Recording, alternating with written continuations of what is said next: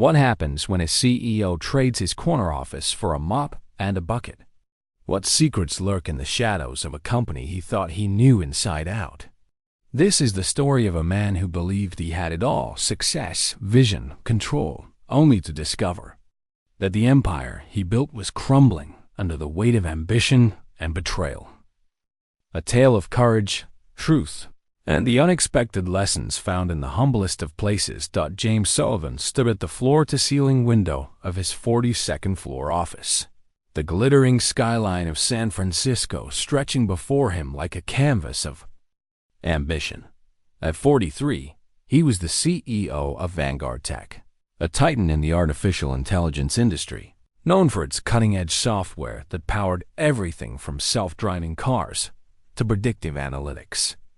VanguardTech wasn't just a company, it was James's dream, forged 15 years ago in a cramped garage with a handful of coders who believed in his vision.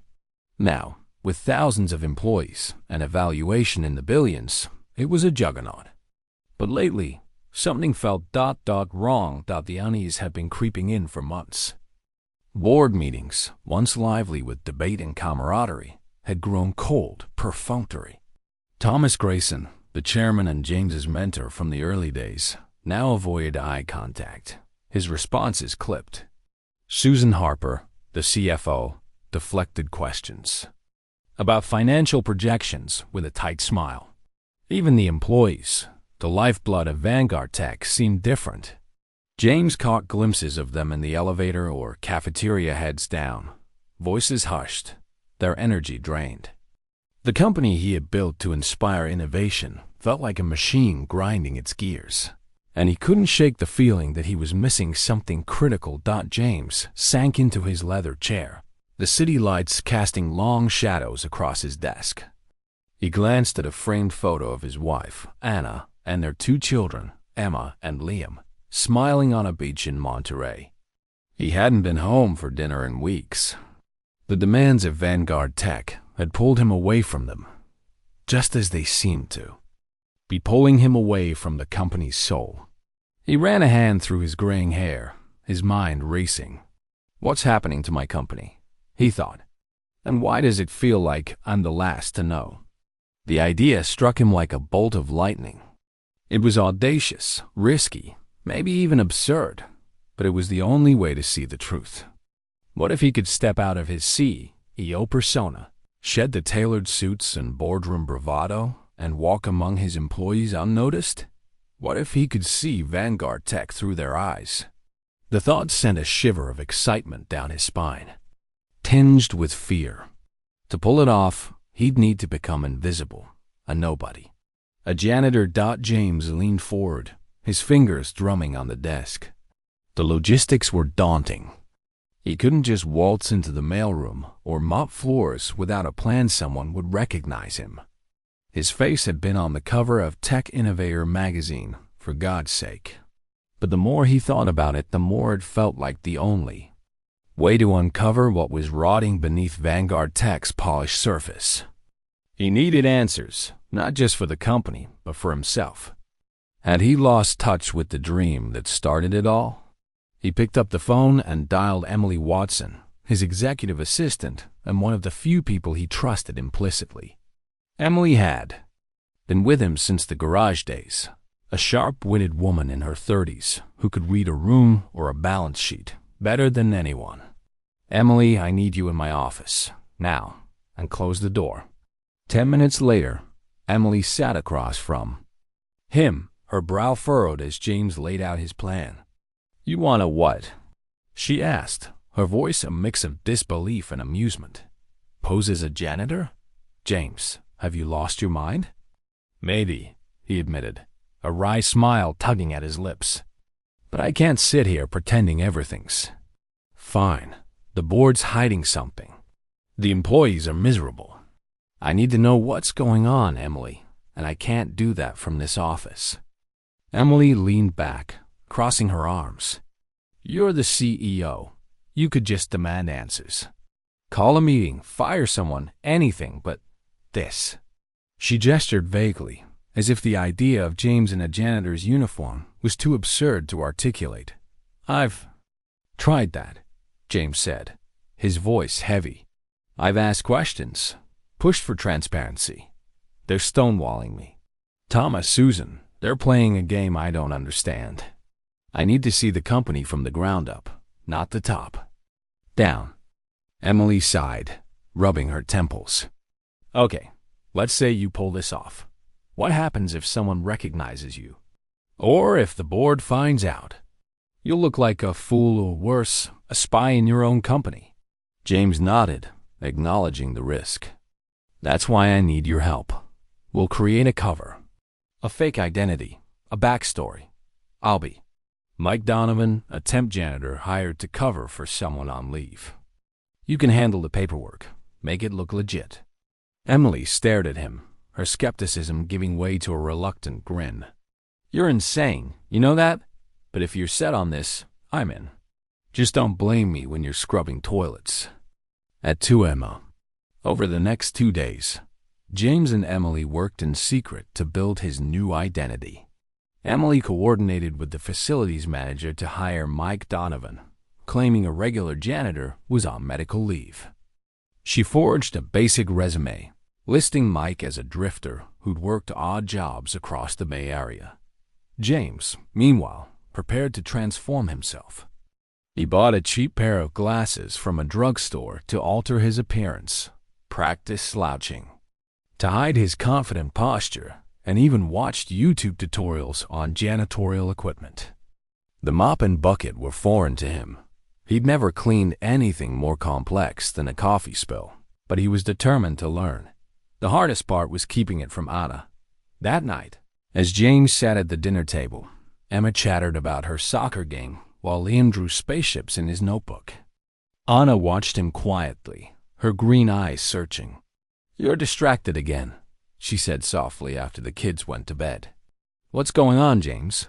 He wanted to tell her, to share the weight of his unease, but he couldn't risk it. "Not yet. Just work," he said, forcing a smile. The usual chaos. Anna's frown deepened, but she didn't press further. The guilt gnawed at him as he kissed her goodnight, knowing he was about to embark on something that could upend everything. The morning of his first day as Vasto, Mike Donovan arrived with a gray dawn. James stood in front of the bathroom mirror, staring at the stranger he'd become. The janitor's uniform, a shapeless navy jumpsuit, hung loosely on his frame. The glasses felt awkward on his nose, and he'd slicked his hair back with gel to dull its usual sheen. He barely recognized himself. Good, he thought. That's the point. As he drove to VanguardTech's sleek headquarters, his heart pounded. The glass and steel building loomed like a fortress, its reflective surface hiding the secrets within. James parked in the employee lot, far from his usual reserved spot, and gripped the steering wheel for a moment, steadying himself. Fear and excitement churned in his chest. Would he pull this off? Would he find the truth he was searching for? Or would he uncover something he wasn't ready to face? He stepped out of the car, slung a worn backpack over his shoulder, and walked toward the service entrance. The doors hissed open, and James Sullivan, CEO, vanished. Mike Donovan, janitor, took his first step into the unknown. The fluorescent lights buzzed faintly in the service corridor of VanguardTech's headquarters, casting a sterile glow over the concrete floor. James Sullivan, now Mike Donovan, pushed a heavy janitorial cart loaded with cleaning supplies, the wheels squeaking with every step. His muscles ached from hauling trash bags, a stark contrast to the ergonomic chair he'd left behind in his CEO's office. It was his third day undercover, and the physical toll was only half the challenge. The real struggle was staying invisible. In a world where he'd once been the center of attention, James had spent his career commanding rooms, his voice carrying the weight of authority. Now, he kept his head down, his cheap glasses slipping slightly as he mopped the lobby floor. Employees hurried past, their eyes skimming over him as if he were part of the furniture. It was both humbling and unsettling. Is this how they see the people who keep this place running? He wondered, wiping sweat from his brow. The thought stung, but it fueled his resolve. He was here to uncover the truth about VanguardTech, and every aching muscle, every ignored glance, brought him closer to it. His first days as Mike Donovan had been a crash course in the unseen rhythms of the company. He worked a late shift, starting at 6 p.m. when most employees were heading home. The janitorial team was a small, tight-knit group, and James had to tread carefully to blend in. His cover story, Mike Donovan, a temp worker with a vague history of odd jobs, held up so far, thanks to Emily Watson's meticulous paperwork. But he couldn't shake the fear of being recognized. A wrong word, a familiar gesture, and his plan could unravel. In the break room, James began to see VanguardTech through new eyes. The space was cramped, with a chipped Formica table and a coffee machine that sputtered like it was on its last legs. Here, away from the sleek conference rooms and glass-walled offices, employees let their guards down. James lingered, wiping down counters, listening to fragments of conversation that painted a picture of a company on edge. One evening, he met Lisa Bennett, a senior AI engineer with sharp eyes and a quick wit. She sat alone, hunched over a laptop, her fingers flying across the keys even during her break. James, as Mike, struck up a conversation while refilling the paper towel dispenser. "Long night?" he asked, keeping his tone casual. Lisa glanced up, startled, then offered a tired smile. "Always. Deadlines don't sleep, you know?" She hesitated, then added, "They're pushing us to finish this new AI model, but it feels like we're just churning out code to hit quotas, not to build something real." James's heart sank. Lisa was one of VanguardTech's brightest stars, her work on predictive algorithms earning industry acclaim. Hearing her talk about quotas instead of innovation was a gut punch. "Sounds rough," he said. Careful nod. "To probe too deeply. They treat you okay around here?" She shrugged, her expression guarded. "They pay well. But lately, it's like, I don't know. Something's off. People are scared, whispering about layoffs. I'm starting to wonder if I should jump ship before things get worse." The word layoffs hit James like a cold wave. He'd heard nothing about cuts from the board. Was Lisa just repeating rumors, or was there truth to it? He wanted to press her, but Mike Donovan wouldn't care about corporate politics. Instead, he nodded sympathetically and moved on, his mind racing. Later that night, while emptying trash cans in the engineering wing, James met Henry Coleman, a security guard who'd been with VanguardTech for nearly 2 decades. Henry was a broad-shouldered man in his 60s, with a warm laugh and a habit of calling everyone kid. As James swept the hallway, Henry leaned against a wall, sipping coffee from a thermos. "You're new, right? Mike, was it?"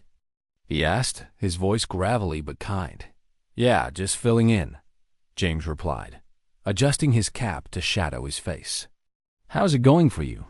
Henry chuckled, but there was a heaviness to it. "Been here since this place was a startup. Back then, we were a family. Now, feels like a factory.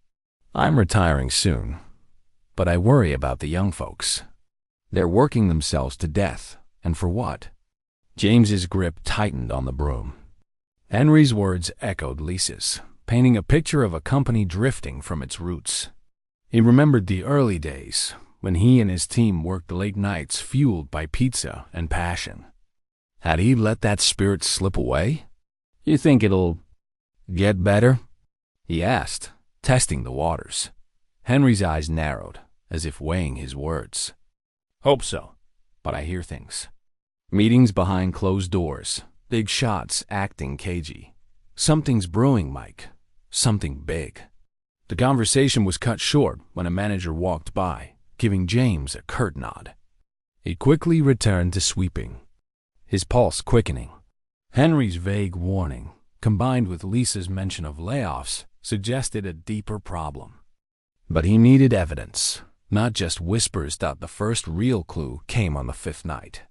James was cleaning the cafeteria, the air thick with the scent of stale coffee, when he overheard two accountants at a corner table. They spoke in low tones, unaware of the janitor lingering nearby.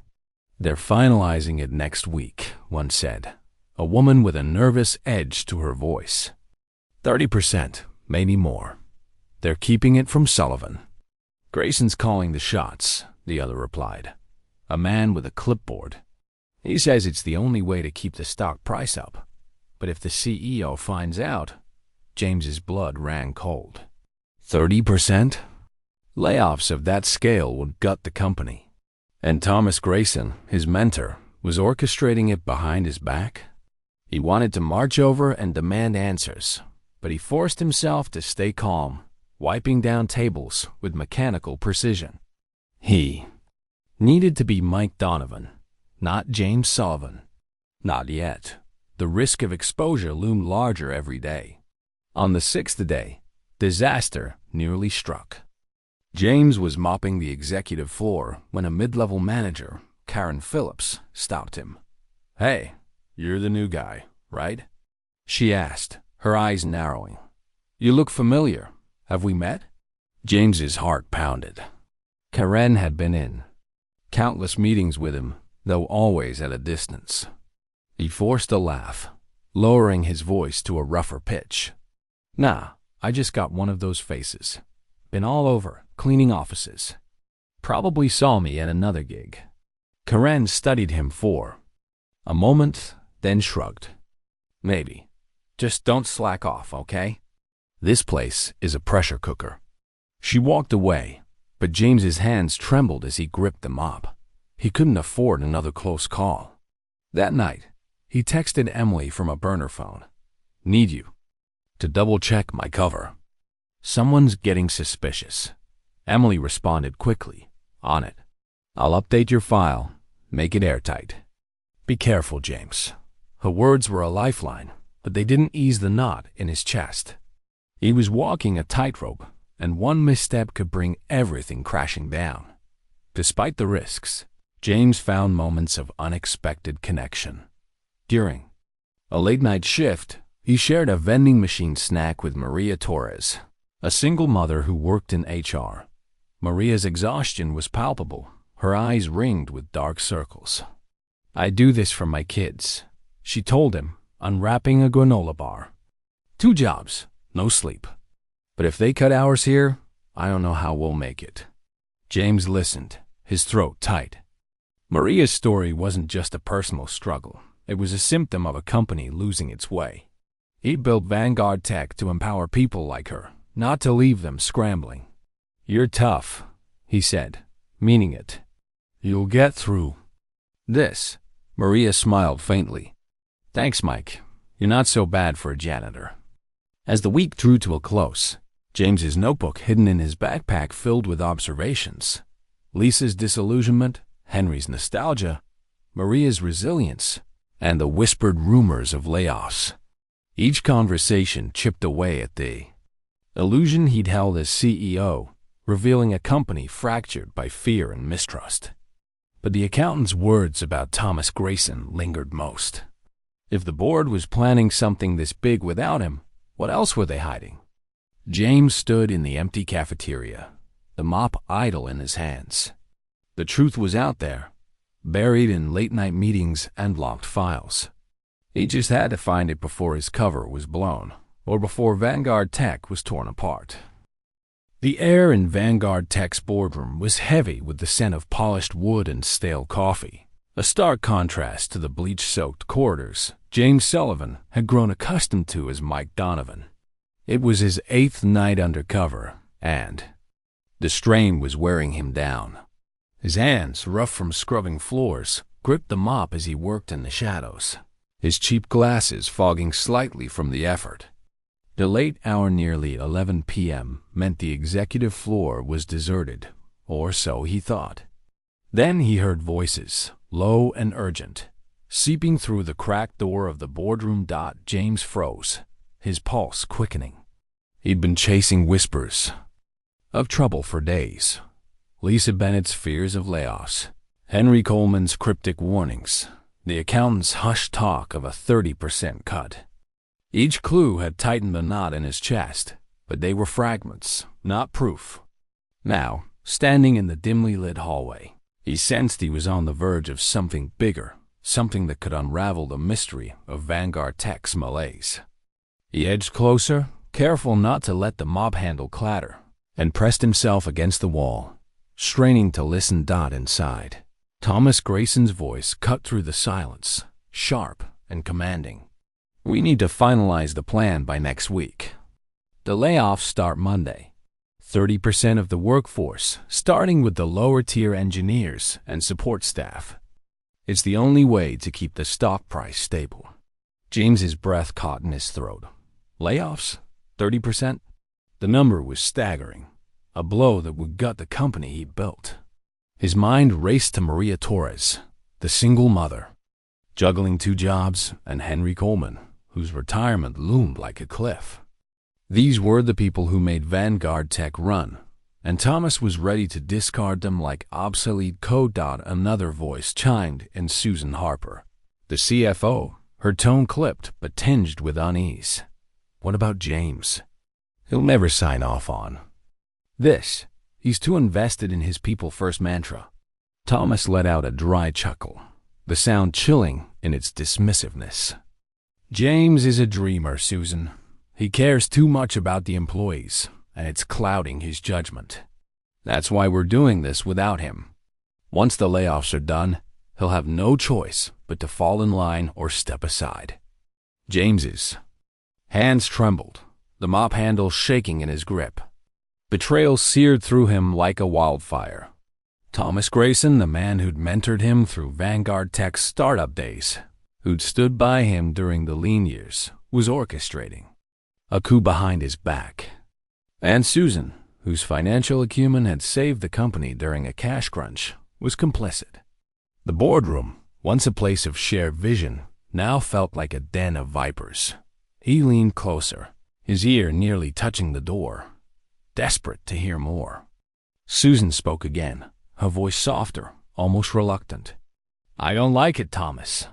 James built this company, but the shareholders are breathing down our necks. Next-Gen Solutions is circling, and if we don't show strength, they'll poach our clients or worse, buy us out on the cheap." "Next-Gen's not the problem," Thomas countered, his tone hardening. "They're the solution. I've been in talks with their CEO, Victor Lang. We're finalizing a merger. VanguardTech's assets, their distribution network, it's a perfect fit. We'll sell off the non-core divisions, streamline the workforce, and walk away with a fortune. James won't know until the ink's dry." James's blood ran cold. A merger?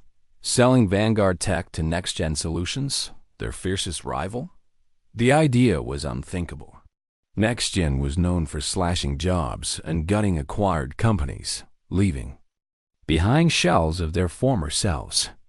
Thousands of employees, Lisa, Henry, Maria, would be cast aside, their lives appended for the sake of a payout. And Thomas, driven by greed or ambition, was willing to sacrifice everything James had built.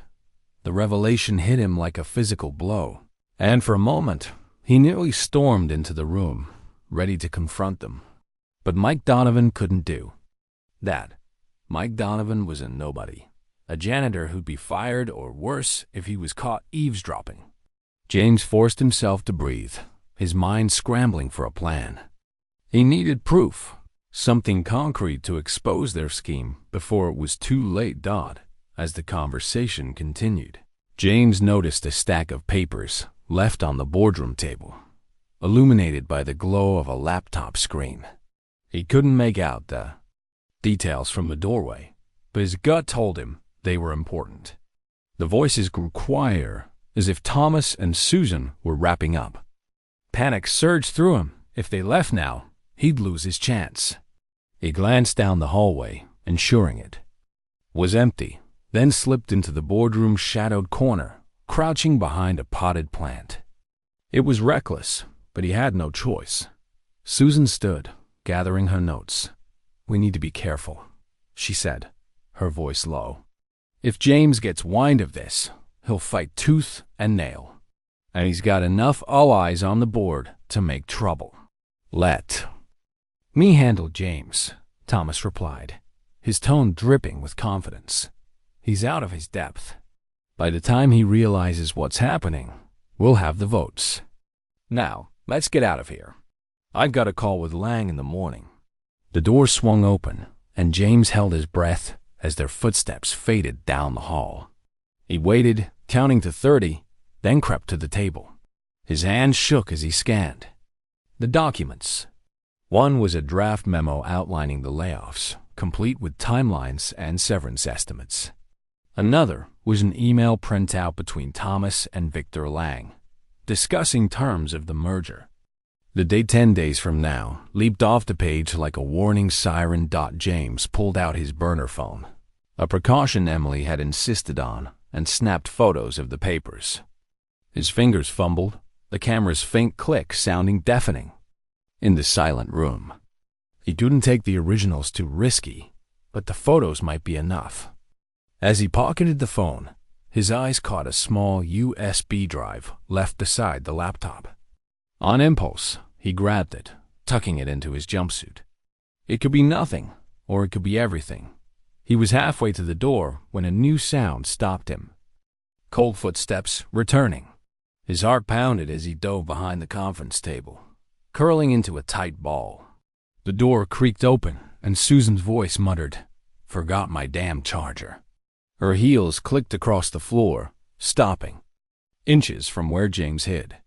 He didn't dare breathe, his mind racing with excuses if she spotted him. "I'm just cleaning, ma'am. Didn't mean to intrude." But would she buy it? Susan grabbed their charger and left, the door clicking shut behind her. James exhaled, his body trembling with adrenaline. That was too close. He couldn't keep tempting fate like this, but the evidence in his pocket, the photos, the USB gave him a surge of resolve. He had what he needed to start fighting back in the janitorial closet. James locked the door and sank to the floor, the weight of the discovery crashing over him. Thomas and Susan weren't just cutting jobs. They were dismantling his life's work for profit. The betrayal cut deeper than he'd imagined, but it also lit a fire in him. VanguardTech wasn't just a company. It was a promise to people like Lisa, Henry, and Maria. He wouldn't let it be destroyed. He texted Emily. Found something big. Layoffs, merger with NextGen. Meet me tomorrow, off-site. Bring a laptop. Her reply came instantly. Jesus, James, be careful. I'll handle it. Knowing Emily was in his corner steadied him, but the road ahead was daunting. He needed more evidence, a plan to confront the board, and a way to keep his cover intact. Time was running out. As he pushed the janitorial cart back to the service elevator, James glanced at his reflection in the glass doors. Mike Donovan stared back, tired and determined. The man he'd been, James Sullivan, the untouchable CEO, was gone. In his place was someone ready to fight for the truth, no matter the cost. The Safe House was a nondescript coffee shop in Oakland, far from VanguardTech's gleaming San Francisco headquarters. James Sullivan, still in his janitor's jumpsuit, sat in a corner booth, his cap pulled low. Across from him, Emily Watson tapped nervously on her laptop, her eyes darting to the door every few seconds. The USB drive James had swiped from the boardroom lay between them, a small black rectangle holding the potential to save or destroy everything he'd built. It was day 9 of his undercover mission, and the weight of what he'd uncovered. Thomas Grayson and Susan Harper's planned to lay off 30% of the workforce and sell VanguardTech to NextGen Solutions pressed down on him like a physical force. Emily plugged the USB into her laptop, her fingers moving with practiced efficiency. "You're sure about this?" she asked, her voice low. "Once we open this, there's no going back. If they trace it to you..." "They won't," James said, though his confidence wavered. The photos he'd taken of the board's documents layoff, memos, merger emails were damning, but the USB could be the key to sealing their fate. Or his. We need to know what's on it. If it's what I think, we can stop them. The screen flickered as files loaded. Contracts, financial projections, and a draft agreement with NextGen Solutions. One document stood out, a signed letter of intent from Thomas to NextGen's CEO, Victor Lang, dated just 3 days away. The merger was moving faster than James had feared. Another file detailed the layoffs, listing departments to be gutted, including Lisa Bennett's AI team and Maria Torres's HR unit. Henry Coleman's security team was marked for outsourcing. The cold precision of it made James's stomach churn. Emily's face paled. This is worse than we thought. They're not just selling the company, they're dismantling it. And Dave got a major shareholder, Pinnacle Ventures, backing them. That's why Thomas is so confident. Pinnacle's been pushing for a quick profit.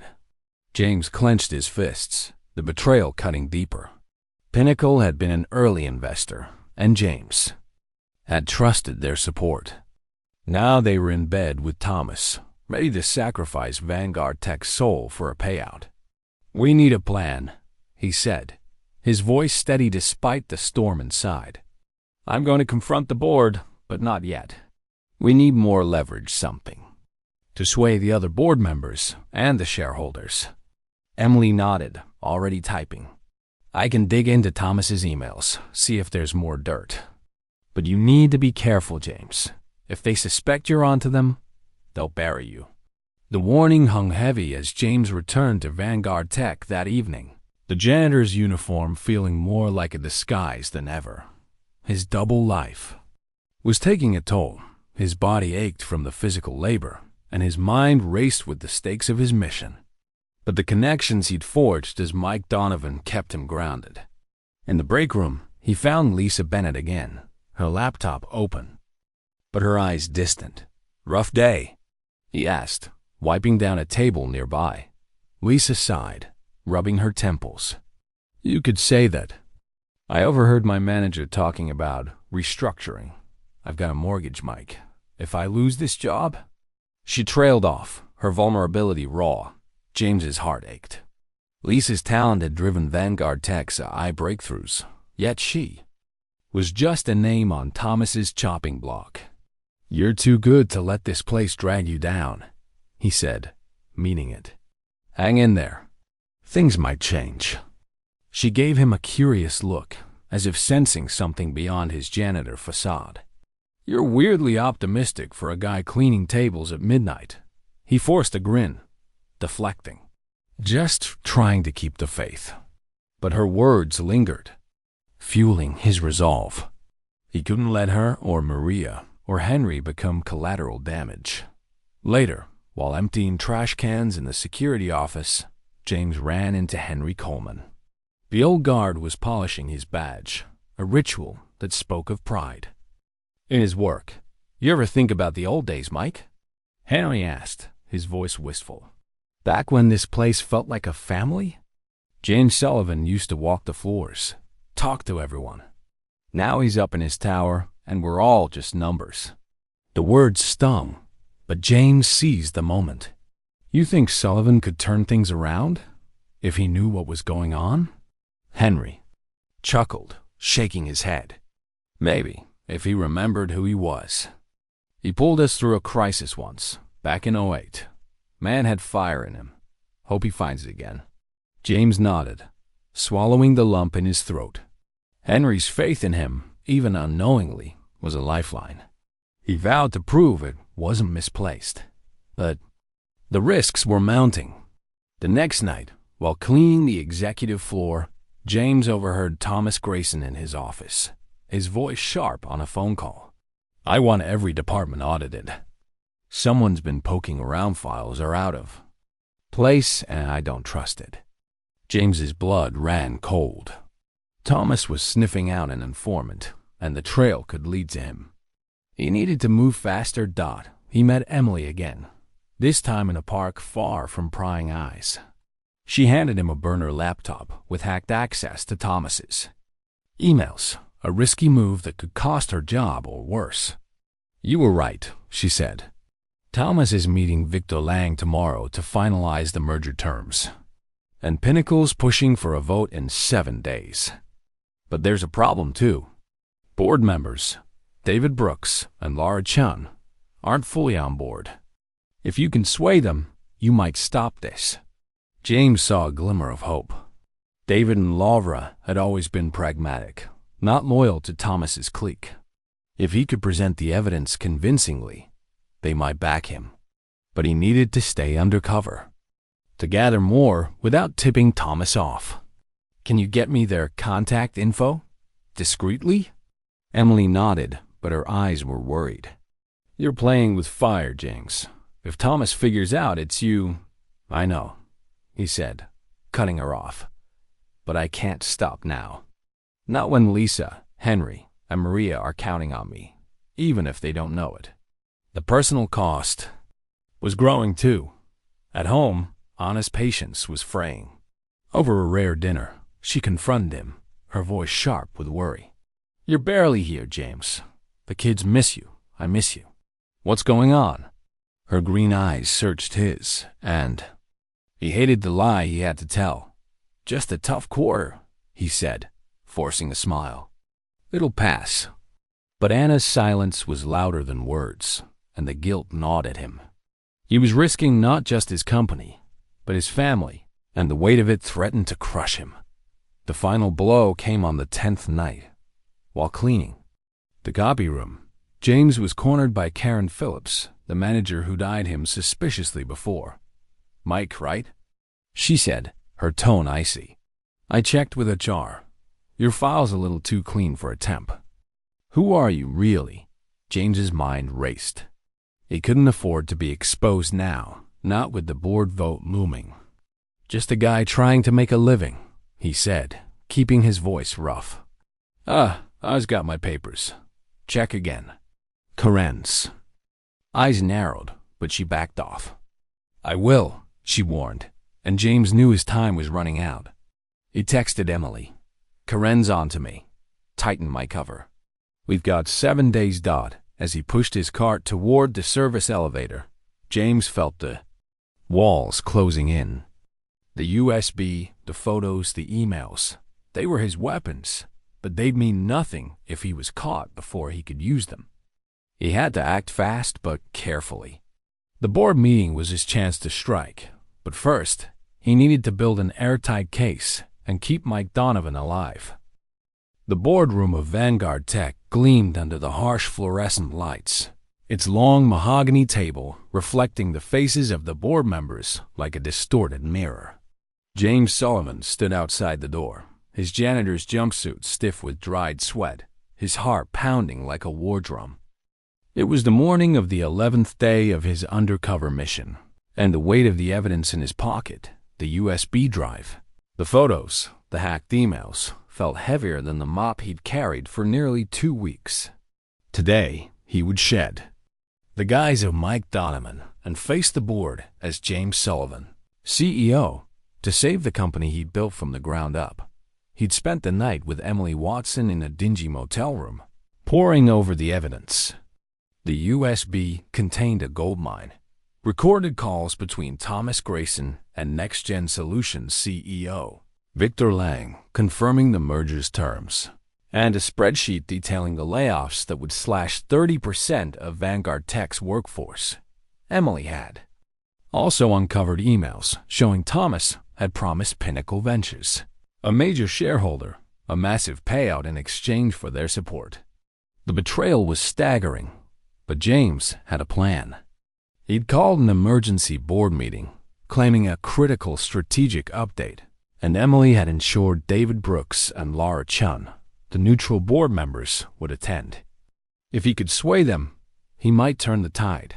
James took a deep breath, adjusting the cap that hid his face.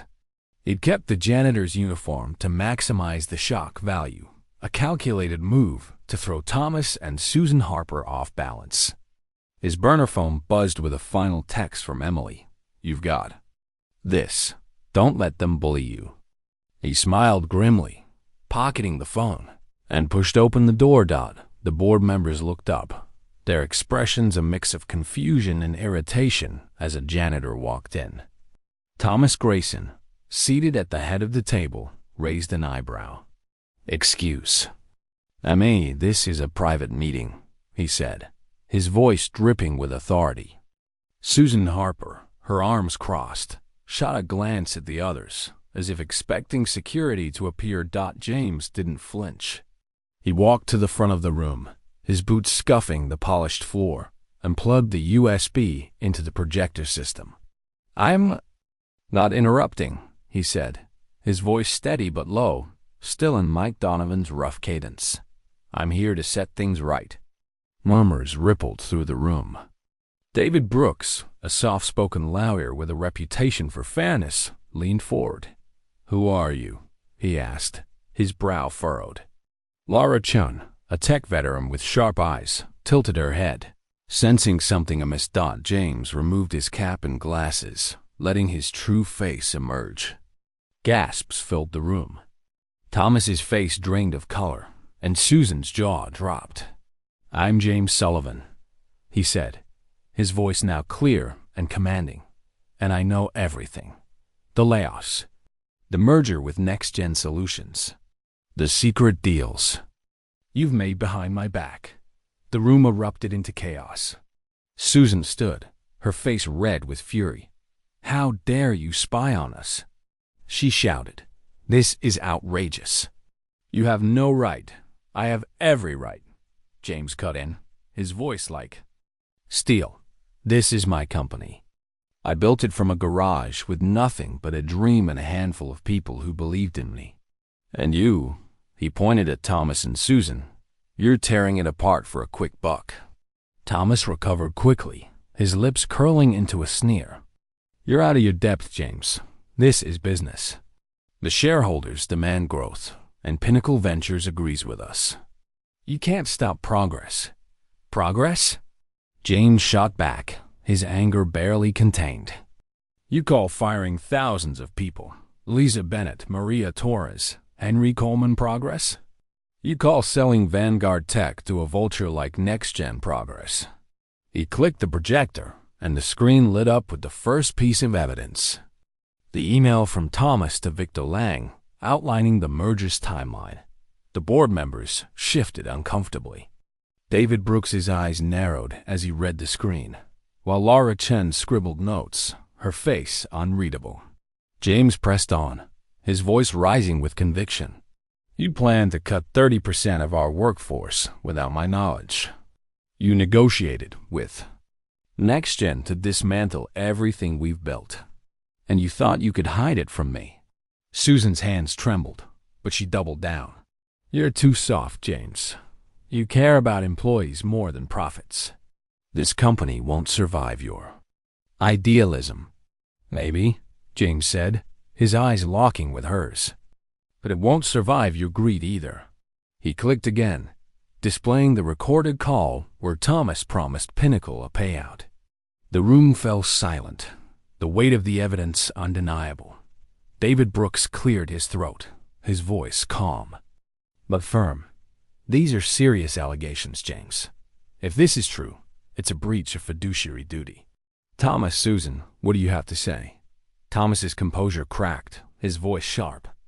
"This is a setup. He's been sneaking around, violating our trust. We're protecting the company's future, and he's throwing a tantrum." Laura Chun raised a hand, cutting him off. "Enough. James, how did you get this information?" James straightened, meeting her gaze. "For the past 11 days, I've been working as a janitor, seeing the company through the eyes of the people you're ready to throw away. I've seen their fear, their exhaustion. I've heard their stories, single mothers, young engineers, veterans who've given us decades. And I've seen the truth about this board's priorities." The room was silent, the air thick with tension. David leaned back, his expression troubled. "If these documents are authentic, we have a problem. I wasn't informed of any merger talks, and I suspect others weren't either. Thomas slammed his fist on the table. You can't stop this, James. We have the votes. Pinnacle's with us, and you're outnumbered. James smiled, a quiet confidence in his eyes. Maybe, but I have something you don't, the truth. And it's not just in this room anymore. He pulled out his phone, revealing an email he'd sent to VanguardTech's top shareholders and a major tech journalist, attaching the evidence. The story's out. The shareholders will want answers, and the public will too. The boardroom descended into chaos again. Susan sank into her chair, her face ashen, while Thomas sputtered, his arguments unraveling. David stood, addressing the room. This meeting is adjourned. We need an emergency session to verify these claims. Thomas, Susan, you're suspended pending an investigation. James exhaled, the weight of the moment settling over him. He'd done it, exposed the conspiracy, reclaimed his voice. But as the board members filed out, their faces a mix of shock and anger, he knew the battle wasn't over. Thomas shot him a venomous look, promising a fight. James met his gaze, unyielding. He'd fought for VanguardTech before, and he'd do it again. As he stepped into the hallway, still in his janitor's uniform, James felt a strange mix of relief and resolve. The truth was out, but the company was still bleeding. He had to rebuild trust, not just with the board, but with the people who made VanguardTech what it was. For Lisa, for Henry, for Maria, for all of them, he would keep fighting. The fallout from James Sullivan's confrontation with the board was like a storm, breaking over VanguardTech's glass and steel headquarters. The truth about Thomas Grayson and Susan Harper's secret plan layoffs of 30% of the workforce and a merger with Next Gen Solutions spread like wildfire. By noon the next day, tech blogs buzzed with headlines. VanguardTech CEO goes undercover, exposes boardroom betrayal. Shareholders demanded answers. Employees whispered in huddled groups. And the media camped outside the San Francisco office, cameras flashing like vultures circling. James, back in his tailored suit but still feeling the weight of Mike Donovan's jumpsuit, stood at the center of it all, determined to rebuild what had been broken. The board's suspension of Thomas and Susan was only the first step. An emergency investigation, led by David Brooks and Laura Chun, confirmed the authenticity of James's evidence. The USB drives recordings, the photograph memos, and the hacked emails. Thomas tried to fight back, hiring a high-powered lawyer to claim defamation, but the evidence was ironclad. Within a week, he and Susan resigned under pressure, their reputations in tatters. Next Gen Solutions, sensing the public backlash, withdrew their merger offer, leaving VanguardTech intact for now. But James knew the legal battles were far from over. Thomas's lawyer hinted at a countersuit, and Pinnacle Ventures, the shareholder, backing the merger, threatened to pull their investment. The road ahead was treacherous, but James was ready. His first priority was the employees. The rumors of layoffs had left them shaken, their trust in the company fractured. James called an all-hands meeting in the auditorium, a space usually reserved for product launches. The room was packed, faces a mix of hope and skepticism. Lisa Bennett sat near the front, her arms crossed, her eyes guarded. Henry Coleman stood at the back, his security badge gleaming. Maria Torres fidgeted in the middle, clutching a notebook as if it were a lifeline. James stepped to the podium, his heart pounding, not as the untouchable CEO, but as a man who'd seen their world through a janitor's eyes.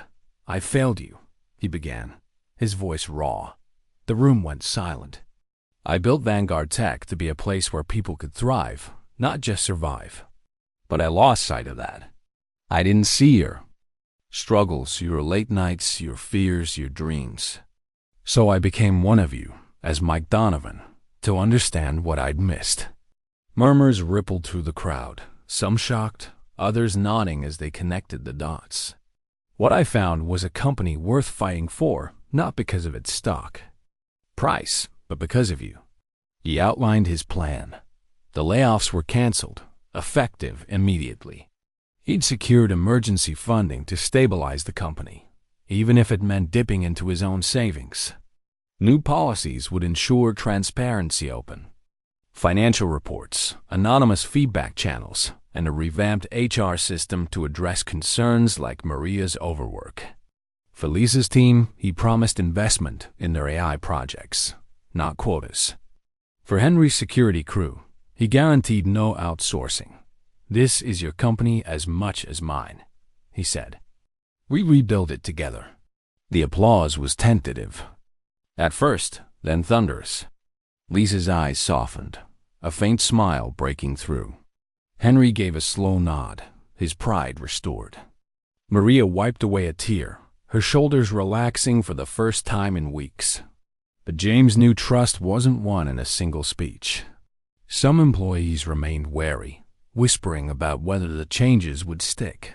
He'd have to prove himself day. By day, the legal battles loomed large.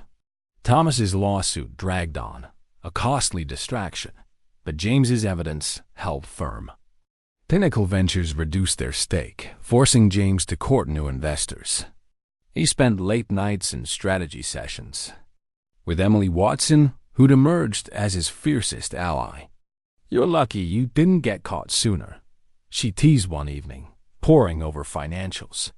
Mike Donovan was a terrible janitor. James laughed, the first real laugh in weeks.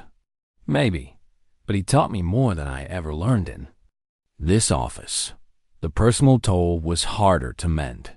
At home, Anna had grown distant, her worry turning to frustration.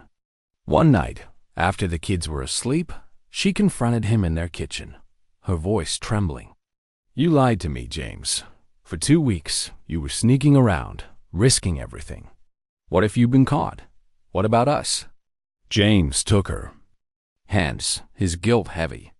"I couldn't tell you, Anna. Not until I knew the truth. But I see now what it cost us, the kids. I'm here now, and I'm not going anywhere." Anna's eyes softened, but her voice was firm. "Prove it. Be the man they need, not just the hero VanguardTech wants." It was a challenge, and James took it to heart. He started coming home for dinner, coaching Emma's soccer games, and helping Liam with his spaceship drawings. The balance wasn't perfect, but it was a start. Months passed, and VanguardTech began to heal. Lisa led a new AI project that won industry buzz. Her passion reignited. Henry retired with a heartfelt send-off, his badge framed in the lobby as a tribute. Maria got a promotion with flexible hours to ease her burden. The company's profits climbed, not because of cuts, but because of a renewed sense of purpose. Employees felt heard, valued, their ideas shaping VanguardTech's future. James walked the floors again, not as Mike Donovan, but as himself, listening, learning, leading. Standing in his office one evening, the San Francisco skyline glowing beyond the window, James reflected on his journey. As Mike Donovan, he'd seen the power of empathy, the strength of truth, and the courage it took to stand up for what was right. Leadership wasn't about power or control. It was about lifting others up, seeing the world through their eyes, and fighting for a shared dream. VanguardTech wasn't just a company anymore. It was a promise kept. This story of James Sullivan's transformation is a testament to the power of empathy and integrity. By stepping into the shoes of a janitor, James rediscovered the heart of his company, the people who make it thrive. His journey highlights a universal truth. True leadership is rooted in understanding, not authority. The humanistic themes shine through in his connections with Lisa, Henry, and Maria, whose struggles reflect the real-world challenges of countless workers. The story teaches us that courage means facing hard truths, even at personal cost, and that change begins with listening. James's fight to save VanguardTech reminds us that businesses are more than profits. They're communities built on trust. If this story moved you, inspired you, or made you reflect on leadership and kindness, Share your thoughts below. Where are you watching from? Let's spread this message of empathy in action. Don't miss more heartfelt stories. Subscribe to Legacy Stories on YouTube or your favorite platform. Join our community to discover tales that remind us what it means to be human. Together, we can make a difference, one story at a time. See you soon.